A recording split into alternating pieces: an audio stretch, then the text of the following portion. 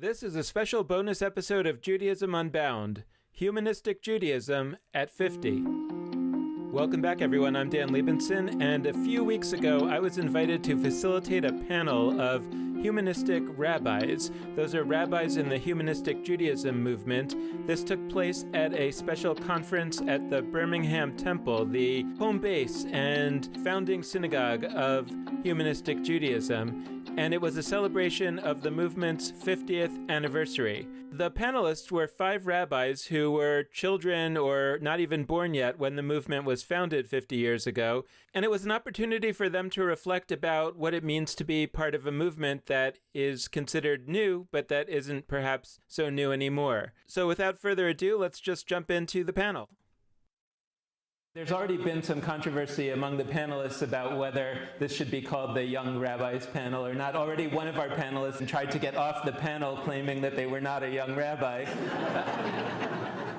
Maybe that's something that we can discuss as part of the panel. What do we mean by a young rabbi? What do we mean by a new rabbi? Because I think that one of the interesting things about our panelists is even though they may not be so young, they have been ordained relatively recently, and that's not common for many of the other movements, or they were ordained some time ago but joined the movement relatively recently. So I think it's an interesting set of questions as to what happens in the early years of the formation of a new movement, and what do we deal with when we think about how movements start and when they start to realize that maybe there are things that we didn't think about at the beginning that we might need to think about now, and the other challenges and opportunities that come along with a relatively new movement, but already celebrating a significant anniversary. 50 years is not so new anymore.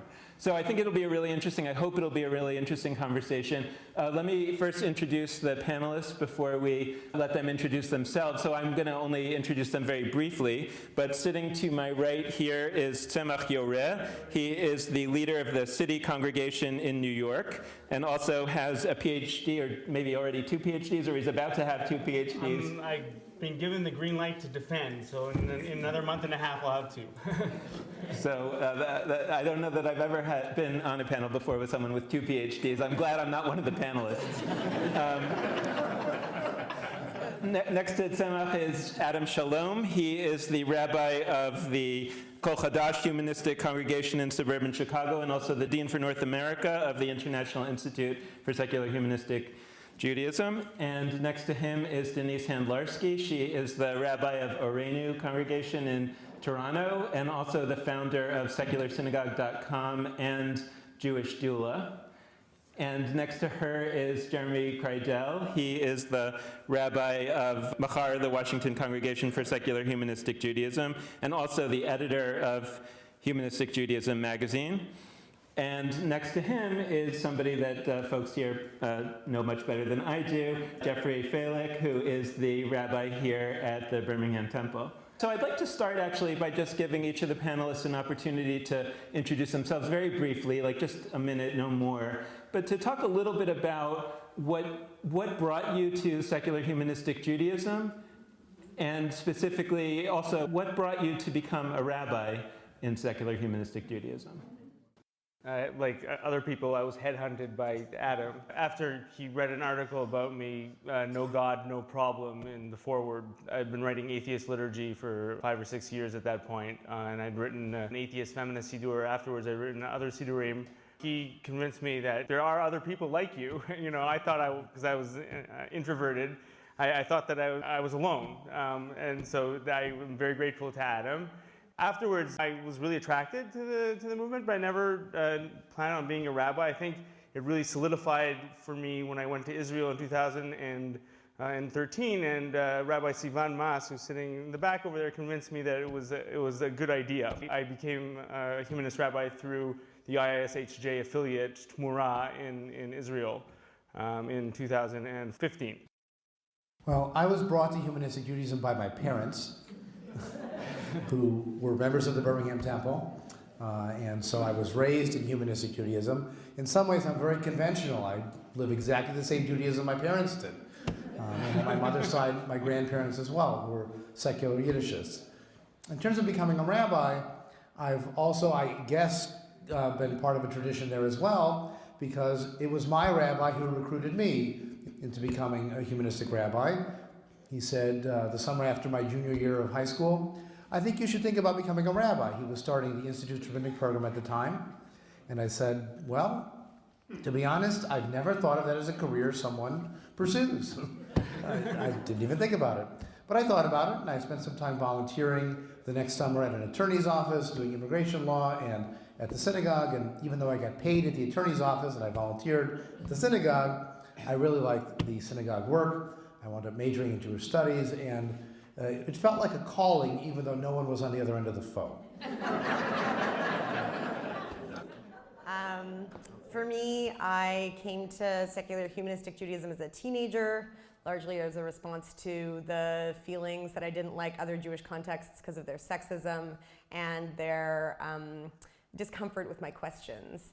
And I happen to know Rabbi Eva Goldfinger as the parent of a friend of mine who I went to high school with, and she said, hey, there's this cool kind of Judaism you might be interested in. And so I was involved. I wasn't planning to be a rabbi either. I was doing a PhD in literature. I was a secondary school teacher and planning to become a lit professor. And then it was 2008 and all kinds of universities announced long-term hiring freezes. But more than that, I felt like the university environment could be really cynical. And I felt like I was looking for something inspiring and maybe I could be something inspiring. And I told Eva I was maybe thinking about becoming a leader to be able to do weddings. And so my recruiter was Rabbi Eva Goldfinger. My recruiter was the internet.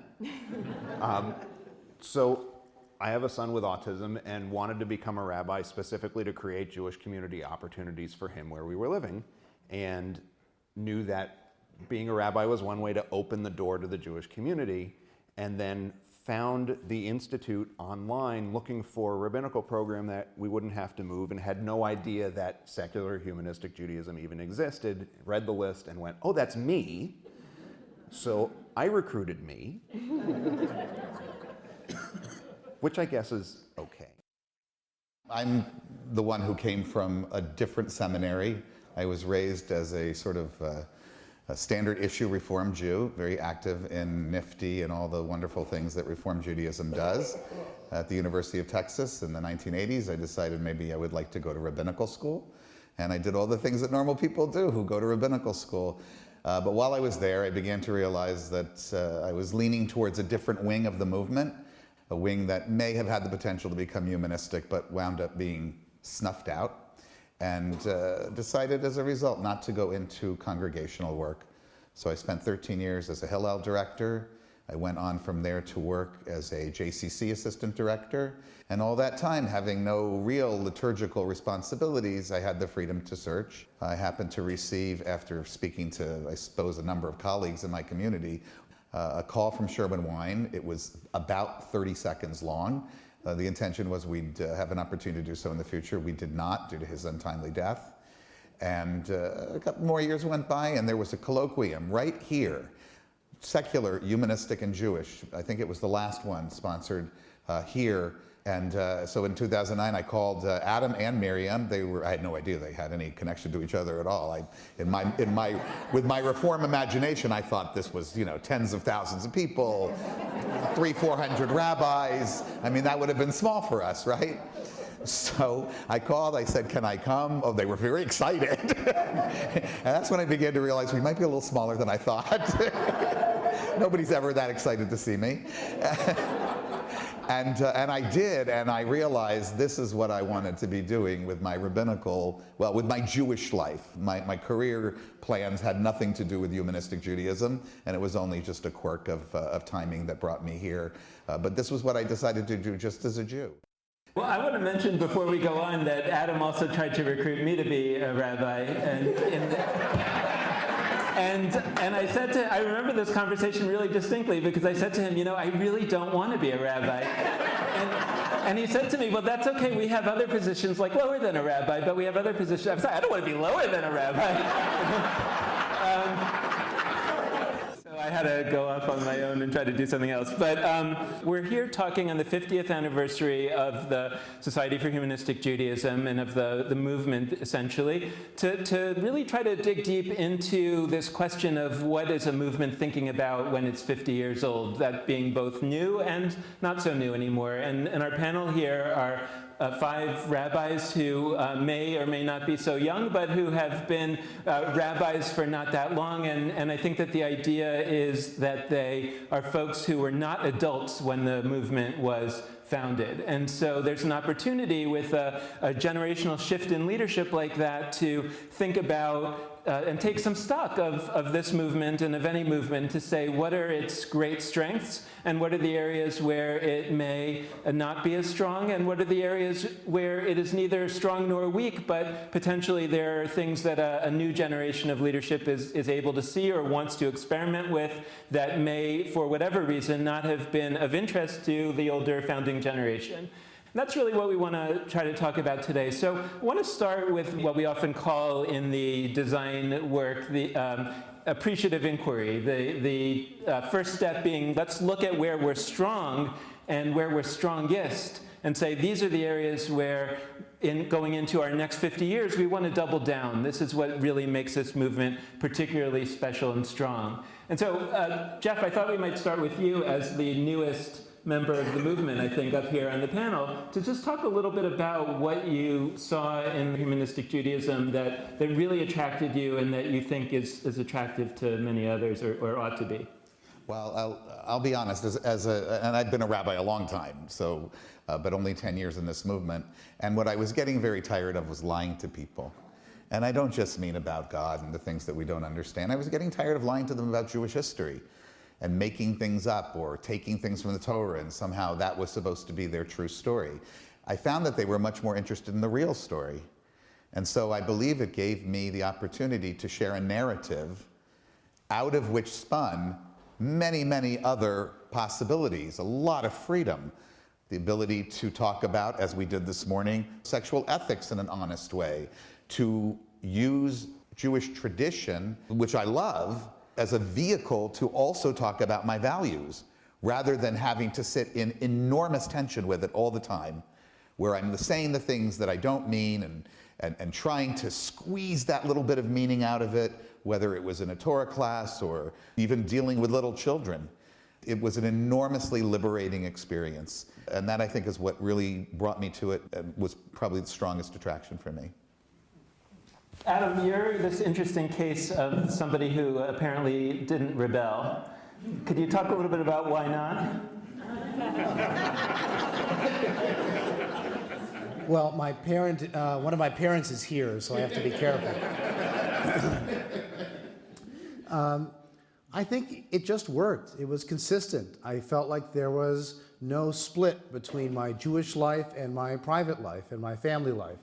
Sometimes people who may go to a synagogue that emphasizes keeping kosher and then at home they don't, or they learn all kinds of things that they don't do in their family life, in their synagogue life, that creates a kind of cultural disconnect, a personal disconnect. I never had that. My parents would come to Friday night services because they found it meaningful and interesting, and that modeled for me that this wasn't just a kid's activity. It was something that was relevant and interesting for them. When I was in high school, I occasionally even came myself as a high school student. Maybe that was a bad sign, or a good sign, depending on how you read the signs.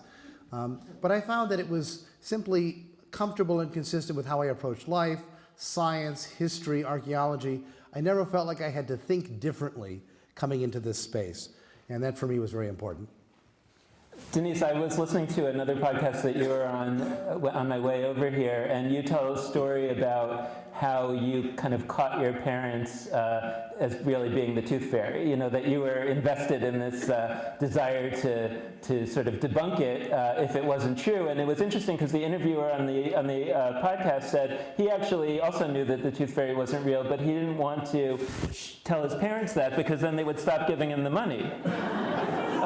And he made a really interesting connection, which is that there's a lot of history of people for a long time not believing in a lot of the elements of Judaism or many things, but they choose to participate in it and to sort of live as if they believe because they're interested in getting the communal goods or the other goods that come along with that. And I'd love it if you could speak a little bit about how you yourself approached humanistic Judaism sort of from the perspective of not that, but also does it really connect the most with people who are like that, or have you found a lot of the other people like this other interviewer that can also find points of connection, and how do you as a debunker make the connection for the people who are more, let's say, willing to play along and not necessarily focused on not saying what we don't believe, etc.? Yeah, I don't see myself as a debunker, really. I think that, honestly, if it works for people to go to other kinds of communities and they're deriving meaning from that, even if they don't believe the prayers or whatever else, that's okay with me. What I don't like, which I think is a very frequent experience, is when people go to communities because they don't think there's any other option. They don't feel like it's meaningful for them. They don't feel like they fit in. And they, worst of all, and this is also something I spoke about on that Jew Curious show, they feel like they're a bad Jew. There's something wrong with them. I was just having a conversation with someone in my community yesterday, and she said, I'm surprised to hear there are other people who feel like bad Jews. And I said, I think most Jews feel like they're bad Jews because we don't follow the rules, and then we're told that we're doing it wrong or Jewing it wrong, as we sometimes say.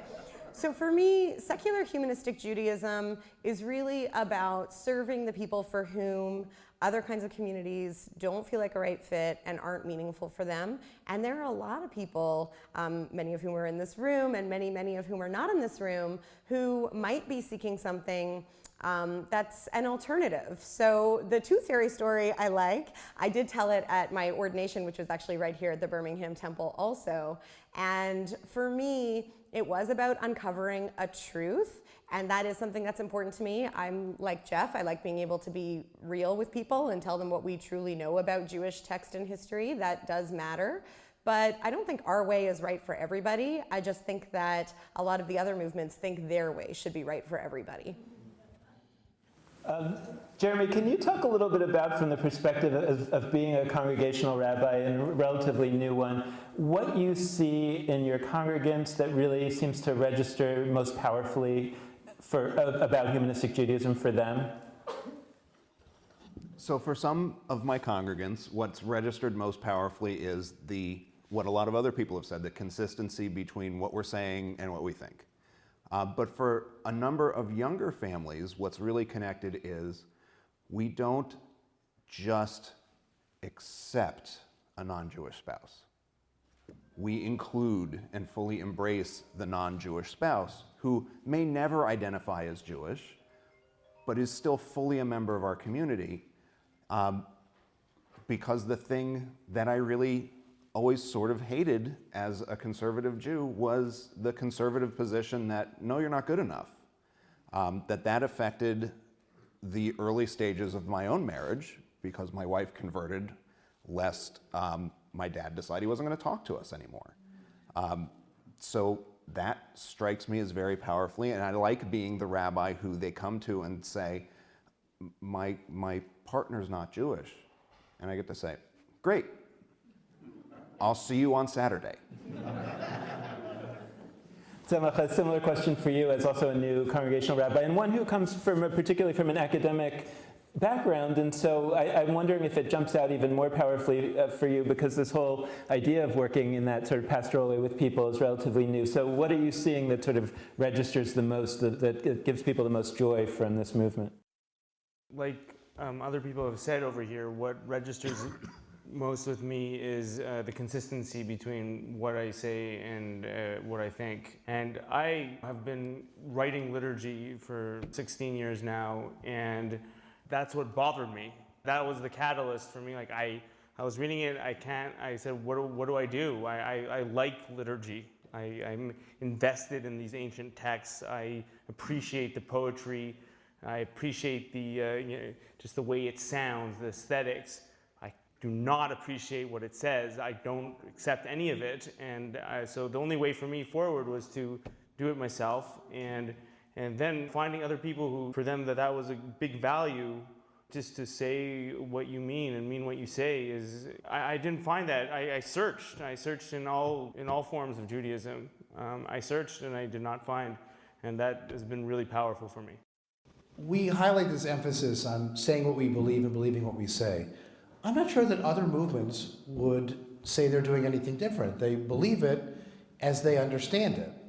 The question is, how plastic is language? How far can you go in interpretation? And do you need to interpret everything or the core things, or can you be a little bit more flexible?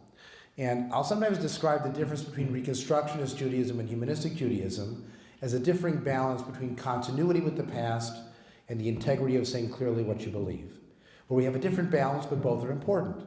So certain things the Reconstructionists would not say, even though it's continuous with the past, because they couldn't find a way to make it work for them. In other cases, even if it doesn't say clearly what they believe, they'll say the old words because of the resonance and other connections.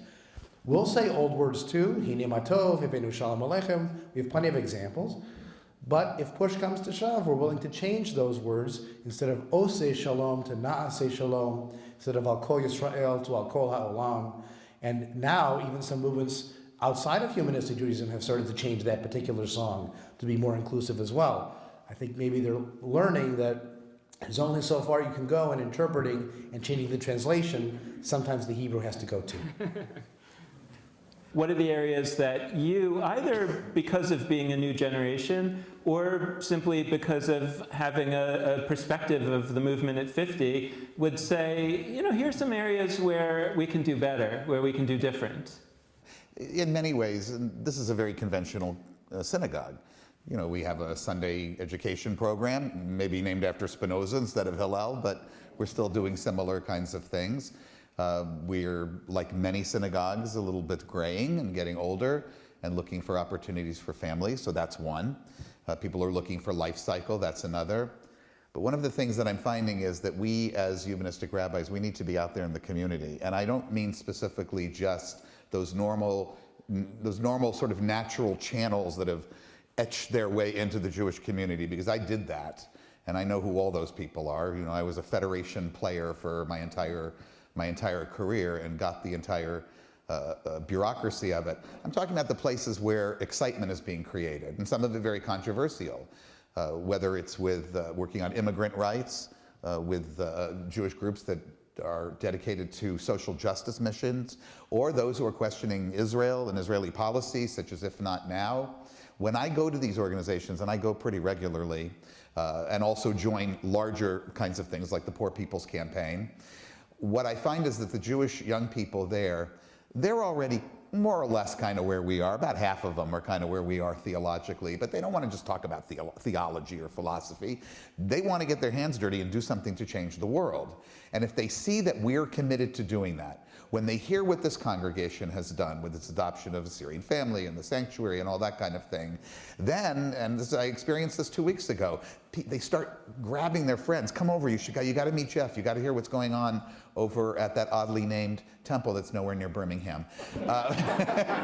But you need to find out what's happening there. And as a result, I can't put the emphasis, or is putting an emphasis, not just on secular humanism and philosophical humanism, but that old-fashioned kind of humanism, where we put people and our concerns for their well-being, no matter who they are and where they are, at the very center of our concern. And so I believe that's our largest potential growth audience. And as it happens, it dovetails with what I believe to be our central value system. My concern is a little bit about ideological litmus tests I find concerning. One of them in our communities is atheism. I identify as an atheist, but I don't believe that you need to be an atheist to espouse humanist values. My wife, who is definitely not atheist, can go through the siddur that we have, the liturgy book, and agree with everything that is said there. And she's very different, in a very different place Jewishly than me. She wouldn't go to a humanist service naturally unless it was to accompany me. I spoke to one of our Sunday school teachers, and she said, at Rodef Shalom, 70% of the people are atheists. The question immediately would arise, well, they're atheists. Why aren't they at city congregation? Ideological litmus tests are not welcoming, and it's sometimes difficult because we de-emphasize the supernatural. There just doesn't exist in our liturgy, and that's great. But I think that much of liberal Judaism, as Adam often says, is humanist in its philosophical leanings, and We just have to be more welcoming of people regardless of their stance on God. We give God too much importance when we have that as a litmus test. We have to put humanist values at the center. We have to put people at the center and not that litmus test. One of the shifts that my congregation is trying out in messaging, but I think also affects our sense of who we are and what we do, is the shift from being Jewish to doing Jewish. And this is not unique to us. Other movements and creative innovations are trying this out. In the past, we focused on Jewish identity, what it meant to be Jewish, to be part of the Jewish family, to have Jewish roots.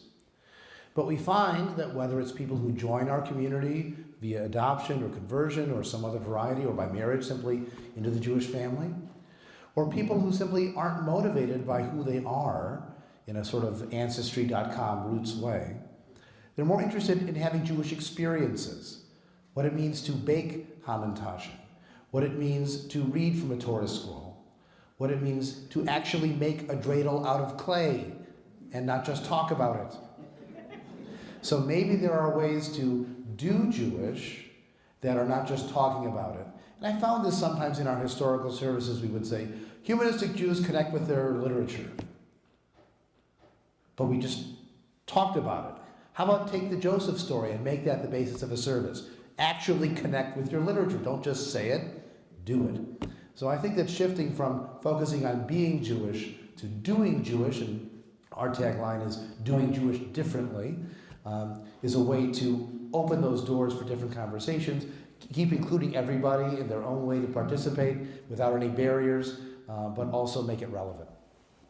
I just want to tag on to that, because you heard what I said earlier, and I clearly agree with you on many things. But I also want to say this, having spent my entire Jewish life out there and grappling with all of these things, and I know all the atheists at all the Reform temples, we are different for a reason. And I'm not talking about litmus tests, but I often say to people, look, it's not just that people who believe the way those folks do can go anywhere, it's that they can go everywhere.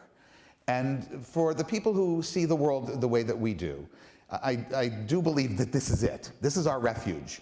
So while I'm not disagreeing, I am saying that if people are looking for a certain kind of spiritual journey that involves a supernaturalist way of looking at the world and all of that kind of thing, what I tell them very honestly when they come to me is, we're not that. Yeah. I also want to say, well, I'm certainly into doing Jewish. I mean, that was the motto of Hillel back when I started in the 90s. We talked about doing Jewish all the time. There is something, and I read all the same polls everybody else does, but when I talk to people as well, there is still a very strong interest in Jewish identity and what that can teach them, and their pride in their history. Now, they may not know their full history, but they do seem to connect to something about being Jewish that meant we were going to stick up for the little folks, because we were the oppressed folks, and they get that. I mean, there's a reason that we have New York Jews for Justice and Detroit Jews for Justice, rather than just Detroiters for Justice and here's some Jews in it. They like to gather as Jews, and it's to do, and it's to, but I think it's to do and to be.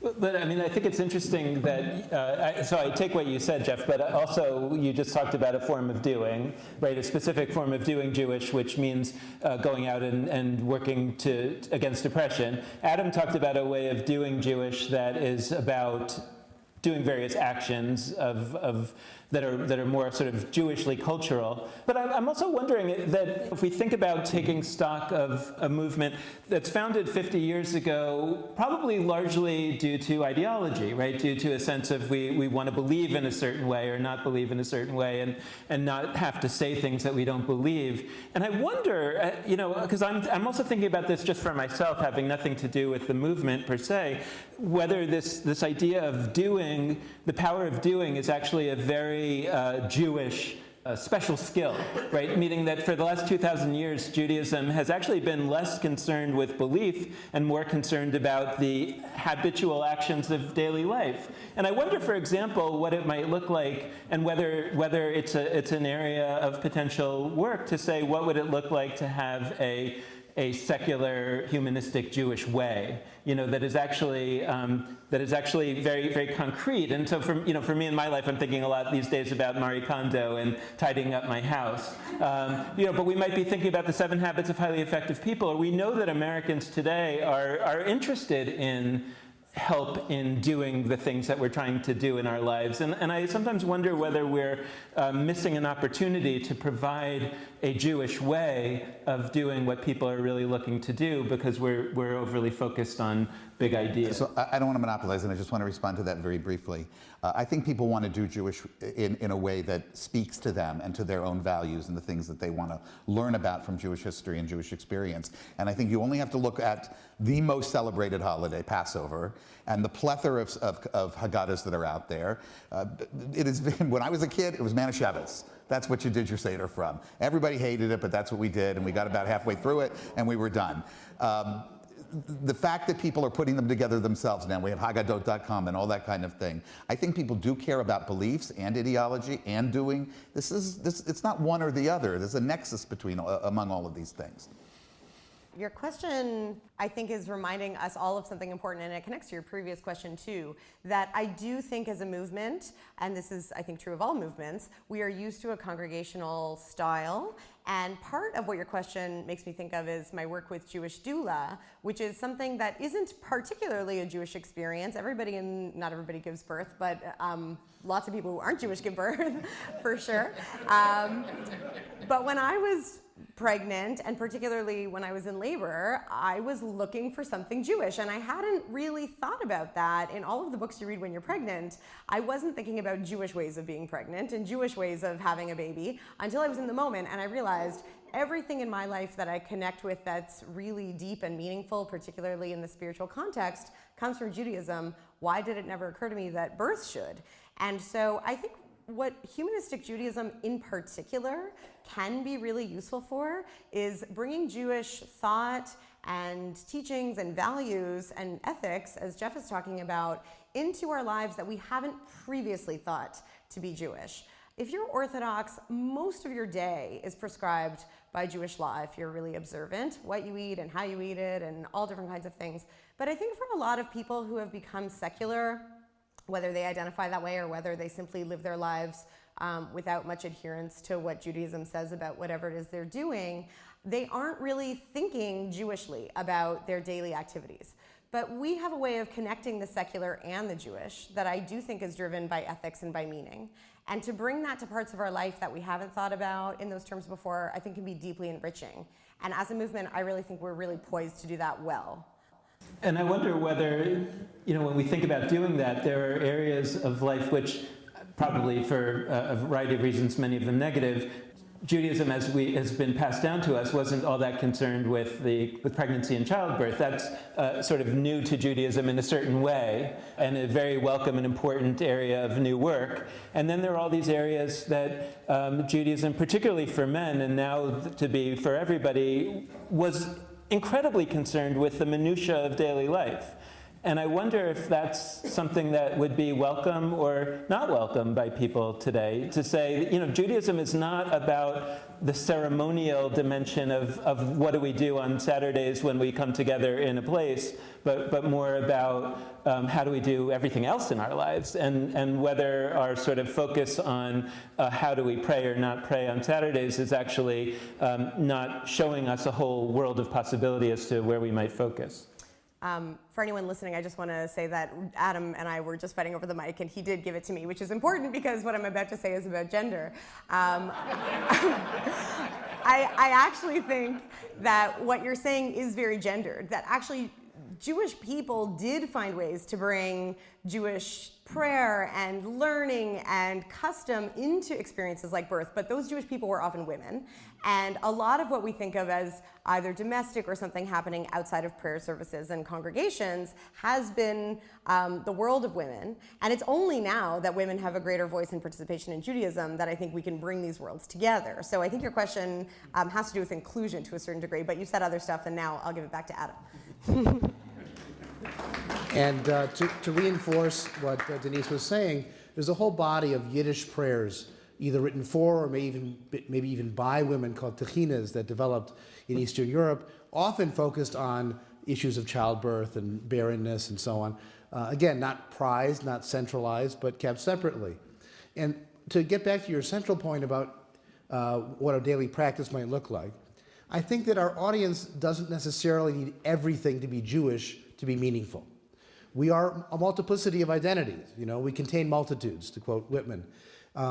We are individuals, we have our gender, we have our sex, we have our geographic identities, our sports allegiances. These are all part of who we are in a rotating mix of expressions.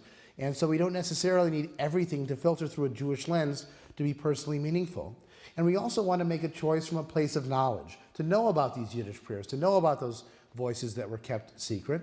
And from that place of knowledge, I do want to quibble with a bit of your premise of the previous question that Judaism was never really primarily about belief.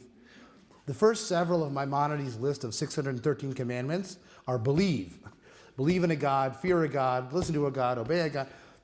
The Amidah is a standing prayer, is a statement.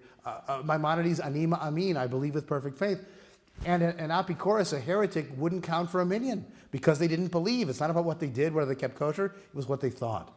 And I think that what we can learn from that is, first of all, in modern Jewish life, people have tried to separate belief and practice to keep people praying and keep them davening. Don't think about it too much.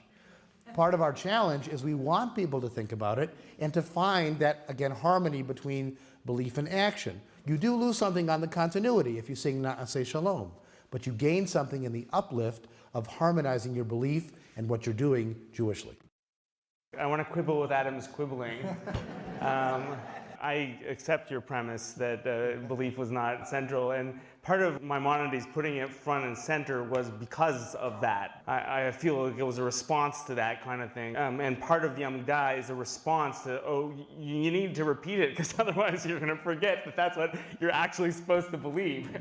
There's a lot of that, and Jews have often left theology to Catholics, to Christianity, and have let this the notion of God be fairly amorphous, which is greatly freeing. I originally started my rabbinical studies. I was studying to be an Orthodox rabbi, and there was no litmus test. Nobody asked me, you know, do you believe? And I was very close to actually doing exams, and I would have become an Orthodox rabbi and an atheist Orthodox rabbi because I was not believing. So that's my quibbling with the quibbling. Also, I wanted to add, like, not just Yiddish tchinas, Judeo-Italian tchinas. My mother, hundreds of years of Judeo-Italian tchinas. Like, just, I know we as Ashkenazis like to value Yiddish, but there were other, like, very important Jewish languages, and there are whole vast literatures.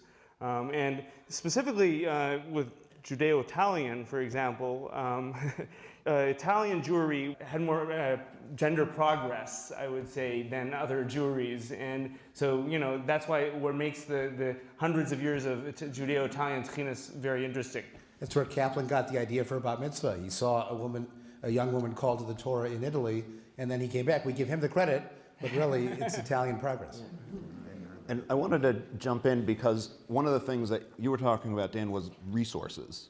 And one of the things that I found personally while I was a rabbinical student was that while we talk about resources, sometimes we're not providing the resources that people need. So my child was in the hospital for almost a month around his 10th birthday, and there wasn't anything we had that I could latch onto and do. So what I ended up doing was bringing a tallis and tefillin into my office, going into the chapel down the hall, putting on tallis and tefillin, and reading something Jewish but not davening because I needed a daily thing. And congregants who've lost parents come to me and say, well, what do I say? I have to be able to give them something. We have to be working on the things that we can give people as resources. Otherwise, you can't do the daily Jewish thing that you might want to do in a humanistic way. I'm trying to be a little provocative in saying, where are the growth plates? Where are the areas where a movement 50 years later might look back and say, whoa, we weren't, doing the R&D in this area. It's interesting, Talis and Tefillin, that you mentioned, because it would be interesting, what would it have looked like, and maybe people have, but what would it have looked like over the last 50 years if we'd been actively trying to figure out what's the replacement for Talis and Tefillin? Not that we shouldn't do it anymore, but what's the replacement? What's the function that this is playing in human life in whatever way, and what would work better, as opposed to saying, let's just not do this part. And I want to throw out the idea of God, perhaps most provocatively, because when I think a lot about the verse in Exodus that says, where it's sort of the second time that God is introducing God's self to Moses at the beginning of Moses' leadership journey, and God says to Moses, I was known to Abraham, Isaac, and Jacob as El Shaddai, but I didn't tell them my real name, Yud-Heh-Vav-Heh, Yahweh, the Lord, whatever. And the way that I read that line is to say, you can still read all those stories about El Shaddai. Just know that El Shaddai is not real, but those stories are still valuable. But now you know that it's actually about me. And it made me wonder to say, what would it look like if we read all the stories about God and we said, yeah, that's not real, but it's really about something. And if we don't read those stories, then we're actually losing the something that it's really about, or we're losing the way that our ancestors knew how to express it, or we could call it the user interface. And so now that user interface doesn't work, but we still want the kernel. So that's one wonder in terms of whether there's an opportunity at this 50-year juncture to say, could we look at God, the God resources that we have in a different way even? So I do this a lot. We have, there's many people in here who have attended my Saturday morning Torah classes. I think it's important to understand that throughout the generations, they all frequently changed the way that they understood God and the way they understood these stories. There was a sort of an internal midrash at first happening inside of the scripture, the Tanakh, the Hebrew Bible, and then it became a little bit more externalized with the invention of the second Torah, the oral Torah, and that kind of interpretation. I believe that what our movement does very well, and I don't think that it is original or particularly exclusive to us in any way, but I think we do take it in a new direction, is that we do the kind of thing that Tzemach does with on the Torah.com. This is a website, for those of you who don't know, that examines both the ways that these books were used and the stories were used spiritually, and the ways that they came into being, and looks at some kind of synthesis. And in so doing, it treats God as a very, very important character in the story. And that is what is central to this. People used to ask me when I was a little bit more of a conventional rabbi, is anything in the Torah true? And I would say, well, I can't get into every single story, but I can tell you one thing that's true. The human behaviors and characteristics that are described there, they reek of truth, let's put it that way, with all their bad behaviors and their good behaviors and all of their potentials, and God sort of plays a very, very major role in that. I don't think we should stop talking about God as the central literary organizing structure of our entire people's literary narrative. But at the same time, it's not real. It's not something that has any existential reality whatsoever. And I don't want this to become Reform Judaism, where we're just all, talking about God, pretending we're talking about the same thing, and nobody is, and we get into the kind of complete chaos that Sherwin was addressing, Sherwin Wine, when he talked about agnosticism. I don't know what you mean by God. Here, I really believe we do know what we mean by God. We mean this overarching framework character that characterizes our entire literature, and that we have to be in tension with the ideas that are expressed there.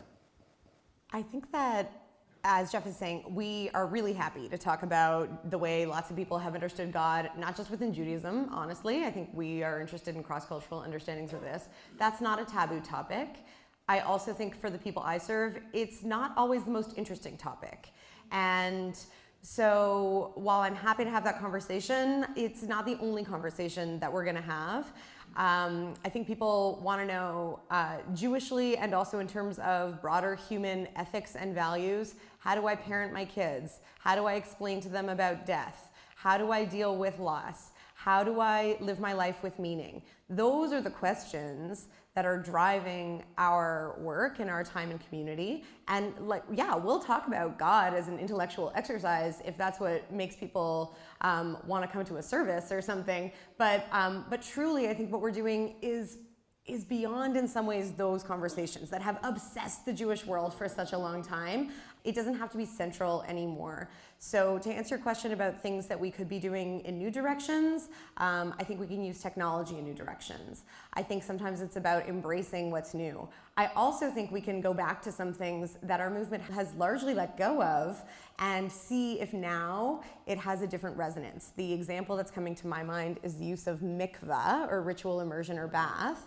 I know women in our movement who were around maybe when the movement was forming, or not, if not then they're of a generation or two older than me, and they would say, I would never visit the mikveh. It's such a sexist practice rooted in the idea that women are unclean. But I actually really like the practice of going to mikveh, and I think there's ways that you can make that humanistic and meaningful for you in your life. People do it when they are Jews by choice in our movement. People do it for all kinds of reasons. And so I think it's about embracing what's new and also maybe looking back at what we can take back and address with a new resonance. That's something our movement has always done. I think it's something that we can continue to do. I do biblical criticism, which is I try to uncover who wrote the Bible when. So something very powerful that I discovered quite early on in my intellectual journey was that in the original story of in the Pentateuch, in the 5 books of Moses, actually had valued human heroes a great deal more than the story as we find it. And that, I think, can be very powerful in that there was that tension between those ideas very early on. You can find stories where human heroes are central and God is in the background, and that's not entirely clear right now in the Bible, today's Bible, the Bible that we see it. Also, I think I subscribe to a particular theory of biblical development, and that's called a supplementary hypothesis, and it just posits that every generation rewrote the Bible, like for themselves, and because they lived in a different situation, and so they made it relevant for themselves, and that happened within the Bible itself, like you were talking internal midrash, but it happened within the Bible itself a fair number of times, and then at some point the canon was closed, but it continued to happen. If you see some, I study ancient texts all the time, and if you look at, say, medieval commentaries on the Bible, you see the way they have it is not like the way we see it today in text. It's like just a straight narrative. Like they tell the Bible in their way again. And so that idea that you constantly retell your older traditions is a very powerful one that has existed from the very beginning. The last question that I want to just explore in terms of the growth areas is forms, institutional forms.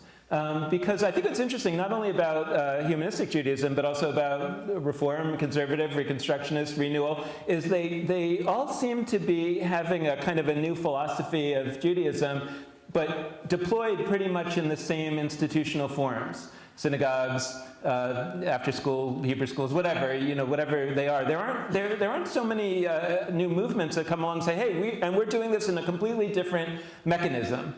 What's interesting is in our podcast, for example, we release the podcast on Fridays very intentionally to give people an alternative way to observe Shabbat than to come to any gathering place. And my favorite email that I ever got was the complaint from the person who was aggrieved because he listens to it on his morning run on Saturday mornings, which he calls going to shul, and he didn't like that week's interview, and he felt like we had ruined his Shabbat, which I felt was great because that meant that he experienced Shabbat through this new form. Now, so Denise, I want to start with you because you're clearly the most form experimenter here in terms of using secularsynagogue.com and also the doing it through a doula. And I was wondering if you could just sort of think about that and other opportunities for you and for others to experiment with how secular humanistic Judaism is deployed. Yeah, I think that it's not an either-or, congregations or something else. I think that this is going to be true widely in the Jewish world. It's going to be both and. I am really proud of the congregation I serve in Toronto. I feel very lucky to be there, and I love that community. And I know that what we're doing is really beautiful and meaningful, and we can have a broader reach if we aren't limited to the people who can come to things we do in Toronto. So I started secularsynagogue.com, which operates largely through a Facebook group for now, but it's also a website. And we have people in it all over the place, from Europe to all over North America, and a person in Sydney, Australia. And it is a way to have a new kind of community. It is, as you said, an experiment. I had no idea what would happen when I started it, and it's still within its first year, so we're figuring it out. But there are a number of people in this room who are part of it and find it meaningful and joyful, and who we were really excited to be able to hug when we saw each other here. So it's working in some ways, and I do think it's largely about experimentation. We're figuring it out as we go. With Jewish doula, it's similar. I think being a doula has always been understood as like you attend the birth of someone, which I do, but I also help people create birth plans online. So I'm trying to figure out how we serve as many people in the ways that they need that we can. Technology is for sure part of that, but also just creatively coming up with, as Jeff was talking about, ways to be in the community, ways to engage with people where they're at when they're not necessarily coming to us. Two thoughts on this. One is, some years ago, my congregation, Kol Hadash in suburban Chicago, went through the same debate that baseball owners went through in the 1920s, which was, should we give away what we're trying to sell? Baseball owners in the 1920s didn't want to put their games on the radio because they thought we're trying to sell this. And it turns out the ones that put the games on the radio built a lot more fans, and sales went up. So we tried the same thing with a podcast. We podcasted first our high holiday sermons, and then a variety of other adult education classes and so on. And we found it was a tremendously door-opening experience. We also had we had one person on an oceanography boat outside of Iceland who listened to our podcast and emailed me, and it was great. And then they did a profile in the forward on the Jews of Iceland, and there he was, identifying as a humanistic Jew because of the podcast from Chicago. So that's serving the Jewish world. But it also served people in our community who couldn't attend a particular program, or people who were trying to find out about the community, who wanted to learn more about our ideas. Oh, here's a podcast on Reconstructionist Judaism and what we think about it. That will be helpful. Or here's a podcast on hope and how we face a world without guarantees. It was really useful for people to explore anonymously, not even having to show up in person to find out what the community was about. And that was very productive. The other example that I wanted to give about opening the doors in new ways is somewhat old-fashioned, it feels like. It's called email. You have to respond to your email. As the dean of the Institute, I get emails all over the map because they find us online and we're international, and so they ask a question about, do you have something in Rio de Janeiro and what's happening out there in the world? I always respond. I always offer them resources. I always try to make a connection locally if I can, internationally. There's a Portuguese language humanistic Jewish website I could connect them to.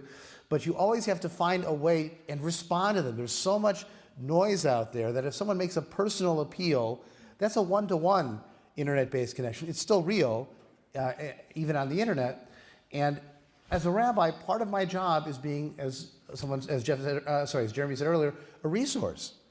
If they have a list of questions, here's some articles to read, here's a blog post, here's a podcast. You help them learn how to explore for themselves. I may not be a lasting connection for them. It may be an episodic touch, but and I'm not getting paid for those emails that I put together. But I feel like the reward is in the service and in the positive experience that person gets. So that's doing humanistic Judaism too. It's not based on dues and membership, but it's based on the messaging out there in the world.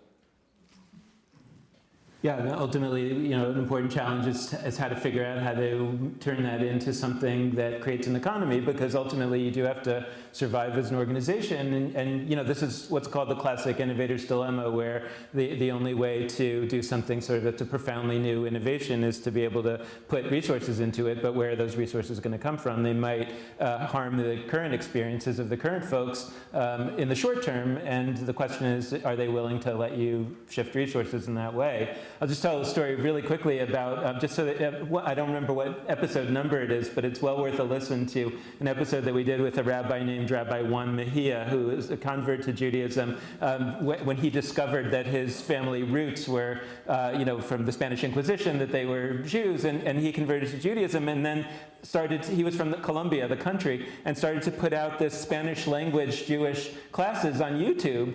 And all of a sudden, all these people all over South America, want to convert to Judaism because they also have Jewish roots. But then people start writing him that they want to convert to Judaism. They don't have Jewish roots. They just found this fascinating material on the web. And I was thinking to myself, what's going to happen, with the Juan Mejia from China, where there'll be more than the number of Jews that there currently are. So, it's when you realize that some of these new methodologies have the potential of reaching far more people than any of our older methodologies, ever do. The question is, how can we actually sort of imagine what that might look like deployed in our world? So with that, I want to give everybody a chance to just with a closing thought, whether you could describe, and I didn't prepare them for this, so if you want to pass, you're welcome to, but a closing thought on some description of this SHJ in 50 years from now, where you will be sitting in the audience and what you're hoping the young rabbis are going to be hoping to change.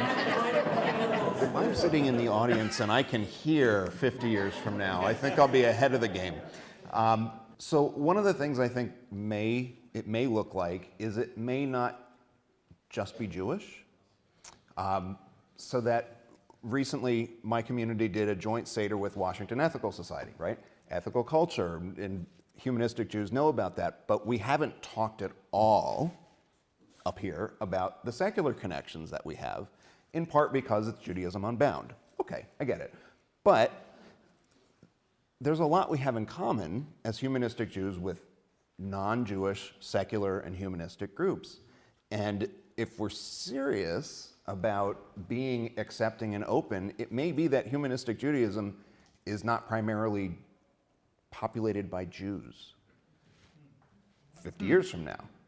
Because I had people come up to me after this Seder and go, that was great. Now they're not going to leave Washington Ethical Society, but all of a sudden they had this connection to humanistic Judaism that they didn't know about. We may be a very different looking bunch, assuming we can hear, 50 years from now. I'll for sure be dead. Unless I've been downloaded into something. And really, what kind of life is that? This congregation actually does a lot of activities with other secularists. We have within the congregation a Center for Secular Humanism that hosts this humanistic group and that. But I'm going to focus, though, on the question of Jewishness. What I think that we've heard here, we sounded like we were kind of arguing with each other about, no, this is the most important, this is the most important thing. But what Denise, she drilled down into it. It's all of it. It's yes and. All of these kinds of things have to be tried, and we have to be as innovative as we can, but it doesn't mean letting go of the things that for millennia worked. Synagogues have been around a long time. Yes, they've transformed and changed and come in all kinds of new kinds of packages and leadership and so forth, but there is something to be said for an institution that hangs around for 2,000 years because it gives people that family feeling, that sense of being able to convene, if they have a building, even more so with all of the curses that come with it sometimes. The truth is that the Jewish world is like this as well, well beyond the boundaries of our humanistic Jewish communities. I have children who are Orthodox. I think the people who know me know that. And I watch them be Jewish in all kinds of different ways, not just the ways that are prescribed by their rabbis. And it's not about synagogue. In fact, I'm amazed at how little it is about synagogue sometimes, even though the synagogue is a very major part of their lives. And and they're modern Orthodox, so they, it's not like they're praying every time they, drink a cup of water or what have you. These are people who live in the modern and secular world. But my point is that they are out there, my kids, and I'm sure my grandson, who's part of this, will be among them, finding ways to be Jewish that are meaningful to them. My daughter seeks out other ways to do Jewish, even though she works in an Orthodox Jewish day school, belongs to an Orthodox congregation, et cetera, et cetera, et cetera. We're all looking for that. Sometimes it's text, sometimes it's holidays, sometimes it's life cycle, sometimes it's, I know Adam gets out into the community reading stories and engaging people like that. And sometimes it's that Jew in Perth, Australia who wants to meet a humanistic rabbi via email. It's really everything that we can do. And we must be clear about that. There's no right answer to this because there's no one formula, there's no one kind of human being. There are 7 billion different types of ways of living on this planet, and there are as many solutions for being Jewish or for providing a path inside of Judaism as there are Jews. I don't know that Sherwin Wine 50 years ago would have been able to predict this. So, that was even before the Birmingham Temple building existed. The society was started before this building stood. So who knows where we'll be 50 years from now. But I do want to project something based on what I do know to be true. 50 years from now will have been 50 years of Rabbi Jeremy Kreidel with Machar, hopefully. 50 years of Rabbi Denise Handlarski with Orenu, 50 years of Rabbi Tzemach Yurei with the city congregation, maybe 40 years of me with Kol Hadash in Chicago. But the point is, the longer we're around, the longer we have established communities with rabbinic leadership and enthusiasm and expertise and knowledge like you've seen demonstrated today, the more real we'll be in the Jewish world. It's one of our biggest obstacles. In Detroit, we're real. We've been here for a generation. People know who we are. In Chicago to some extent, in some other communities to some extent. 50 years from now, with these talented people involved in leading our movement, I think that we will be on a much greater place of recognition and knowledge, and that, in the long run, will lead to acceptance and even support.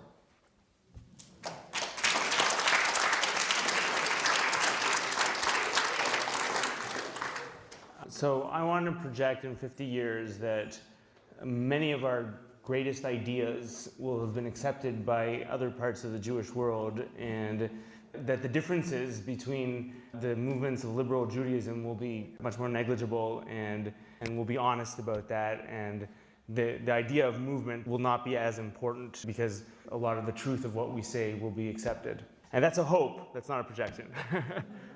Yeah. I fear climate change a lot, so I don't like to project what will be happening in 50 years.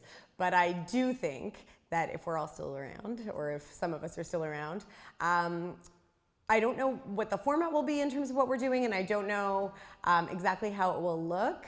But I think that the spirit of what we do will persist and thrive. And the spirit of what we do is that we make Judaism inherently beautiful and meaningful for people, and we use Judaism to enrich ourselves so that we can be better forces for goodness and justice in the world.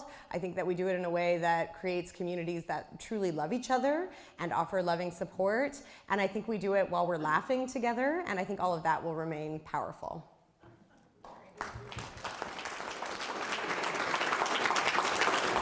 And I'm looking forward to spending my 99th birthday here for Judaism Unbound's 1 billionth download. So I want to just thank you for inviting me again to be part of this, and I want to bless you that it was Joshua and the generation of Joshua that brought the people to the Promised Land. So go forth and be of the disciples of Joshua, and I hope it's a wonderful next 50 years. I look forward to being back. Well, that was fun. This is Lex checking in at the end of the episode. I was not, of course, part of this episode, but it's fun to be a listener for episodes like this. I enjoyed hearing from these 5 rabbis and from Dan, and there's lots to think about as we enter the second half century of humanistic Judaism. So I hope you enjoyed this episode, and we're going to close it out in the same way that we close all of our episodes, by encouraging you to be in touch with us. And there are a wide variety of ways for you to do that. First, you can head to our Facebook page, Judaism Unbound. Second, you can head to our Twitter feed at Judaism Unbound. Third, you can go to our website, JudaismUnbound.com. And last but not least, you can always hit us up via email at dan@JudaismUnbound.com or lex@JudaismUnbound.com. The last request we like to make is that you can always support us with a financial donation, and we really appreciate it when you do. You can do that at JudaismUnbound.com/donate on either a monthly recurring basis or on a one-time gift basis. So thanks so much for listening, and with that, this has been Judaism Unbound.